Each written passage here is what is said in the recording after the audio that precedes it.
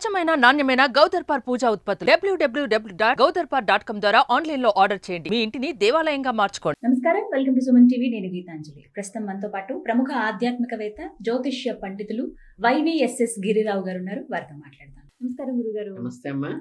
మొక్కలు పెంచుకోవడం బాగా ఇష్టం మా స్నేహితులకు. ఆమెకి అలా రూఫ్ గార్డెనింగ్ అని చాలా బాగా ప్లాన్ చేసుకున్నారు. ఇప్పుడు అసలు ఎక్కడ చూసినా అవే, బయట కూరగాయలు కొనుక్కునే పని లేకుండా అసలు వద్దు, మనంతటి మనమే పండించుకుందాం అనే ఉద్దేశంతో ఇలా చేస్తున్నారు. ఆచార్య ఎన్జీ అగ్రికల్చర్ ఇన్స్టిట్యూట్ కూడా కోర్స్ పెట్టారు రూఫ్ గార్డెనింగ్ సెపరేట్ గా. అసలు చాలా పెట్టేసి 30-40 మంది ప్రతి షెడ్ నేర్చుకుంటున్నారు. ఎలాంటి ఎరువులు వేయాలి, వాటిపైన అంటే ఇంట్రెస్ట్ ఉంది, దాన్ని బట్టి చేసుకుంటున్నారు. అలాగే తమలపాకులు మొక్క కూడా నేను ఇలా పెడదాం అనుకున్నాను. ఒక డిస్కషన్ వచ్చింది తనకి నాకు మధ్య. నాకు ఒక్క సందేహం వచ్చింది, ఎందుకే అది ఇల్లు పెట్టొచ్చా పెట్టకూడదా అని. నేను తనని అడిగితే అవునా ఏమో మరి ఒకసారి అడిగి చెప్పు అని అంటే, నేను ఆ ప్రశ్న మీ ముందు ఉంచుతున్నాను. అనుకోకుండా నేను రావడం. తమలపాకు మొక్క అసలు ఇంట్లో పెంచొచ్చా అంటే ఓకే, పెంచకూడదంటే ఎందుకు? అంటే ప్రధానంగా నేను ఒక బాటనీ స్టూడెంట్ని, బాటనీ జువాలజీ కెమిస్ట్రీ చదివిన వాడిని కాబట్టి, అందులో హైందవ శాస్త్రంలో నాకు ఉంది కాబట్టి నాకు రెండు కోణాల్లో ఉన్నాయి కాబట్టి, ఇక్కడ ఈ నాగవల్లి అంటారు తమలపాకు అంటే. ఈ నాగవల్లికి ఎందుకు ప్రాధాన్యత ప్రశస్తం వచ్చిందంటే, మనకి పుట్టినప్పటి నుంచి మనిషి అంత్యేష్టి దాకా, అంటే మనకి అక్షాభ్యాసం కానీ, బారసాల కానీ, పుణ్యవచనం కానీ, లేకపోతే ఉపనయనం కానీ, వివాహం కానీ, స్నాతకం కానీ, ఆఖరికి శోభనం కానీ, తర్వాత ఇంకేంటి అంత్యేష్టి కానీ, షష్ఠిపూర్తి కానీ, ప్రతి చోట గృహప్రవేశం కానీ, ప్రతిష్ఠ కానీ, ప్రతి చోట ఏంటంటే 2 మొక్కలు, బయలాజికల్గా 2 మొక్కలు మనం వాడుతూ ఉంటాం. ఒకటేమో కొబ్బరి చెట్టు, కొబ్బరికాయ వాడతాము, ఒకటేమో తమలపాకు వాడతాం. ఇవి ఆబ్వియస్గా వాడటం వల్ల ఏమవుతుందంటే, దైవ సంబంధమైన మొక్కగా మనం చెప్పింది తులసి మొక్క. తులసి మొక్కకి కొన్ని నియమాలు ఉన్నాయి, నిష్టలు ఉన్నాయి, దానికి అర్చన చేస్తాం, దాన్ని మనం పూజిస్తాం. కానీ కొబ్బరి చెట్టుని కానీ, తమలపాకుల చెట్టు కానీ పూజలో ఉపయోగిస్తాం. అర్థమైందా? అంటే ఏంటంటే, తులసి మొక్క ఏమో ఐడిల్ లాంటిది, ఐడిల్ లాంటిది. ఈ తమలపాకులు కానీ, కొబ్బరికాయ కానీ ఏంటంటే, అక్కడ హారతి పళ్ళెము, శటగోపము ఇవన్నీ ఉంటాయి. వింజామరలో ఇవన్నీ ఎలాగో వాటికి ఉండే పవిత్రత వీటికి ఉంటుంది. వింజామర ఇస్ నాట్ ఐడిల్. అర్థమైంది కదా మీకు? అక్కడ ఇచ్చే హారతి పళ్ళెము ఐడిల్ కాదు, బట్ వాటికి ఇవ్వాల్సిన గౌరవం వాటికి ఇస్తాం. బట్ ఇది భగవంతుడు కాదు. ఈ చిన్న క్లారిఫికేషన్ మిస్ అవ్వటం వల్ల వచ్చేటువంటివి ఏంటంటే, ఈ తులసి మొక్క కొన్నట్టుగా దీనికి నియమాలు ఉన్నాయని, ఏదో రోజు కొయ్యాలని, ఎప్పుడు పడితే అప్పుడు కొయ్యకూడదని, తగలకూడదని, లేకపోతే ఈ వారాల్లోనే ఆకు కొయ్యాలని ఇవన్నీ చెప్తుంటారు. ఇవన్నీ ఏంటంటే, అది మాలాంటి వాళ్ళే చాలా మంది దాన్ని విస్తృతపరుస్తున్నారు. కానీ ఏంటంటే, శాస్త్రంగా చెప్పటమే ధర్మం. ఇందులో ఉన్నంటే ఇట్ ఈస్ ఎ ప్లాంట్. అంటే మనకి వృక్షశాస్త్రంలో అది ఒక ప్లాంట్. ప్లాంట్ని ప్లాంట్గా చూడాలి, గోవును గోవుగా చూడాలి ముందు. అంటే గోవు విషయంలో కూడా నాకు అప్పుడు చాలా మంది అనిపిస్తుంటారు, 1 సేరుపెట్టు 2 సేరుపెట్టు మీ గ్రహదోషాల కోసం. అంటే బేసికల్గా ఇట్ ఈస్ యానిమల్, భగవత్ తత్వం ఉన్నటువంటి యానిమల్.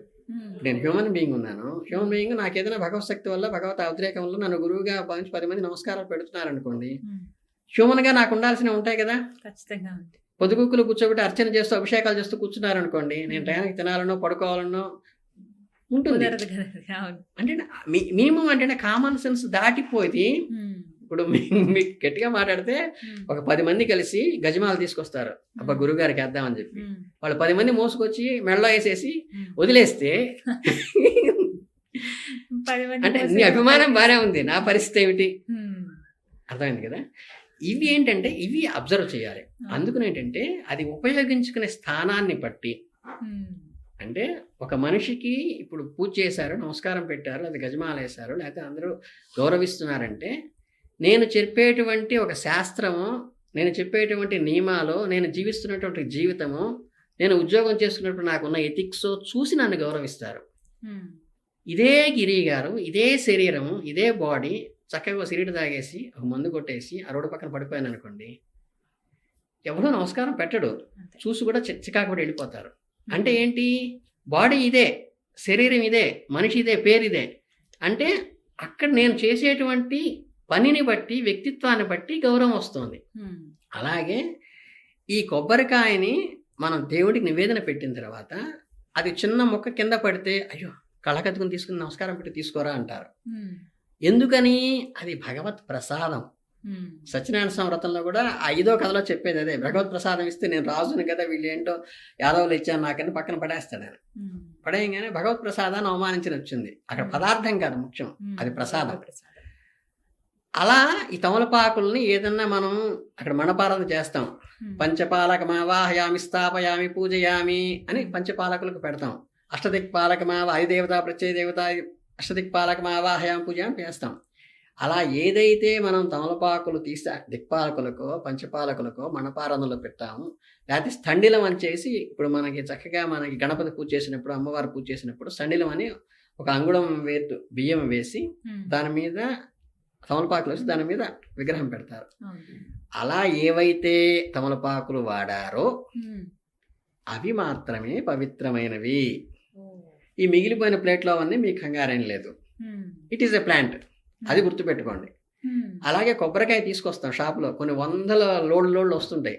ఈ వచ్చిన వాటిలో ఏదైతే దేవాలయానికి తీసుకెళ్ళి ఏదైతే భగవత్ నివేదనగా దేవుడికి కొట్టి అర్చిస్తామో దానికి మాత్రమే ప్రసాదానికి ఇచ్చే గౌరవం ఇవ్వాలి.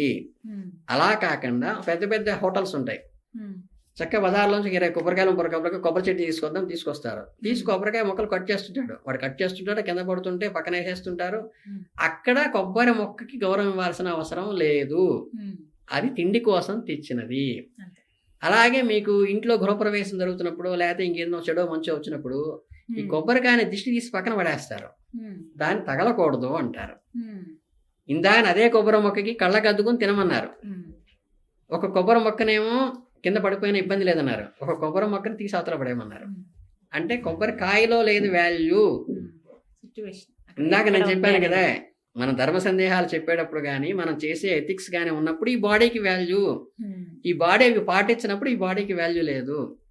తమలపాకు కూడా అదే అవుతుంది. అంటే దైవతార్చనకి మాత్రం ఉపయోగించినప్పుడు మాత్రమే దానికి ఇవ్వాలి తప్పితే ఇట్ ఈజ్ ఏ ప్లాంట్, దాన్ని చక్కగా పెంచుకోవచ్చు, ఎవరైనా కొయ్యొచ్చు, ఎవరైనా తీసుకోవచ్చు. అది ఇంట్లో చక్కగా రోజు కిళ్ళి వేసుకునే అలవాటు ఉందనుకోండి, తాంబూల చర్వణం అని పెట్టారు మనకి శాస్త్రంలో. ఏంటంటే మీకు చాలా మంది ఫ్యాట్ వస్తుందని కూడా నెయ్యి వేసుకోకూడదు అంటారు. నెయ్యి జీర్ణశక్తిని పెంచుతుంది, నూనె ఒకటే చెడగొడుతుంది. నెయ్యి జీర్ణశక్తిని పెంచుతుంది. తాంబూల చర్వణం కూడా మనకి డైజెస్టివ్ ఎంజైమ్స్ ఏమి వేసుకోక్కర్లా, మనకి చక్కగా తాంబూల చర్వణం చేసి సరిపోతుంది. నువ్వు ఇంట్లో పెంచుకున్న దాన్ని చక్కగా తాంబూల చర్వణంలోకి వేసుకున్నావు అనుకో, ఆ కట్ చేసినటువంటి ముక్కలు కానీ ఈ ఆకులు కానీ వాటికి అంత వాల్యూ ఇవ్వక్కర్లేదు, అది ఆహారంగా మాత్రమే భావించాలి. అదే వస్తువుని భగవంతుడి దగ్గర మన తాంబూలం పెట్టి మన స్వామివారి దగ్గర అర్చించినప్పుడు మాత్రమే అది దానికి ఆ పవర్ వస్తుంది. కాబట్టి దాన్ని వేస్ట్ చేయకూడదు. ఎండజిగుడు ఆంజనేయ స్వామికి ఆకు పూజ చేస్తాం, అవి వృధా చేయకూడదు, అవి సద్వినియోగం చేయకూడదు, దాన్ని అవమానపరచకూడదు.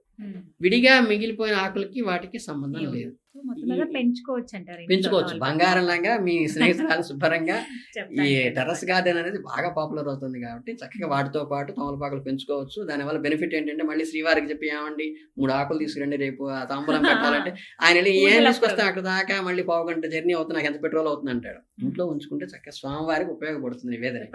శుభ్రంగా ఇంట్లో పెంచుకోండి అమ్మా. ఈ తమలపాకులు ఇంట్లో పెంచుకోవడంలో తప్పేమీ లేదు, చక్కగా వాడుకోండి. థ్యాంక్ యూ అండి, చాలా సందేహాన్ని నివృత్తి చేశారు.